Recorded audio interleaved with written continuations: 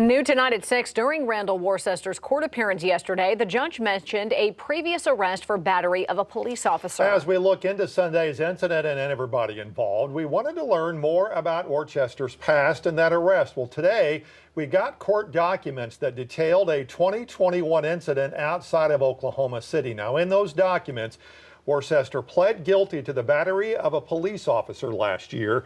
In July of 2021, according to the documents, Worcester was walking along Interstate 44 when officers approached him. The officer said he was punched in the face by Worcester. Now, the lawyer representing the two Crawford County deputies involved in the incident releasing a statement from the gas station attendant in Alma who called police on Worcester to begin with on Sunday. As we previously reported, the Crawford County Sheriff said deputies were called originally when they say Worcester was threatening and spitting on that gas station employee in Alma. In that report released by the deputies' lawyers today, the woman told investigators that the man, quote, got up and spit on me and told me he would cut my face up. 5 News reporter Catherine Gilker joins us live in the newsroom. She tells us how attorneys on both sides are now calling for the dash cam video from the Mulberry police officer's car to be released. Catherine? The Crawford County Prosecutor's Office will decide when to release the dash cam video from the Mulberry police officer's patrol car. We reached out to prosecutors today, and they say they're not releasing that video right now.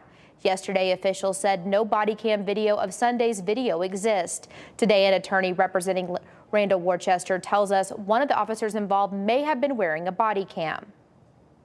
Adam Rose is one of the attorneys representing Randal Worcester. He believes the dash cam video should be released because it will tell the full story.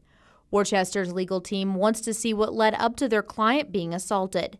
The video appears to show him laying there, not resisting. We believe that even if you take what the deputy said, it doesn't substantiate the amount of force being applied to Randal when he is on the ground, not resisting the officers. No amount of force, that amount of force for what he's facing at that moment isn't justified or substantiated. Crawford County Sheriff's Office Corporal Zach King and Deputy Levi White are being represented by Russell Wood.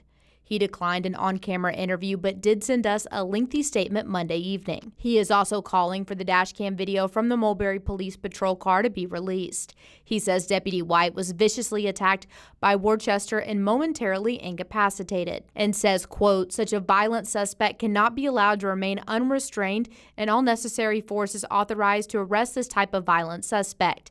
The amount of force authorized under the law is always relative to the offense the suspect commits. In this case, this violent suspect showed his willingness to commit serious violence, and then he continued to resist arrest, spit and bite at the officer, and refused to allow the officers to get the handcuffs on him, hence the necessity for 3 officers. Rose says there is nothing they believe the dash cam video could show that would make what happened to their client okay. The police officers are there to protect and serve the community as a whole, right, and they're public officials. And so their behavior and their conduct shouldn't be a secret, and that should be released to the public. I think they deserve an answer. I think they deserve context. The deputy's attorney says there was no use of force after the handcuffs were secured. He says Worcester also stated he had no injuries when booked into the jail and he did not request medical attention. Wood says, quote, this shows that the compliance strikes administered by the deputies were used exactly as trained. He says Deputy White needed medical attention for a concussion and facial injuries. Worcester's legal team says they have filed a motion for discovery requesting any and all dash or body cam video from the prosecutor's office. They hope to receive that video by the end of the week.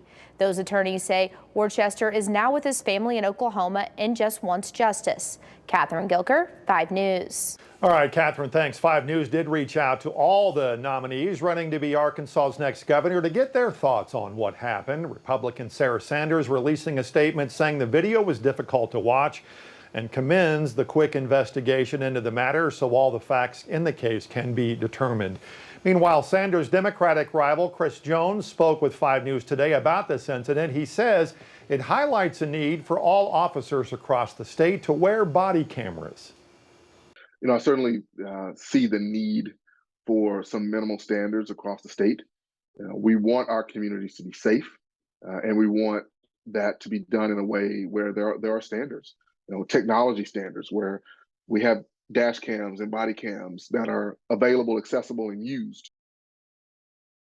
Libertarian candidate Ricky Dale Harrington Jr. also speaking to us today, saying an independent advisory board made up of community members should be formed to review cases like this. Whenever you have the power, life and death in those situations, inflict harm on someone else without any sort of due process, and you have the power to investigate yourself and then clear yourself of all wrongdoings, there's no justice in that right there. You can follow any developments in this story and have updates sent right to your smartphone as they happen by downloading our free 5 News app. New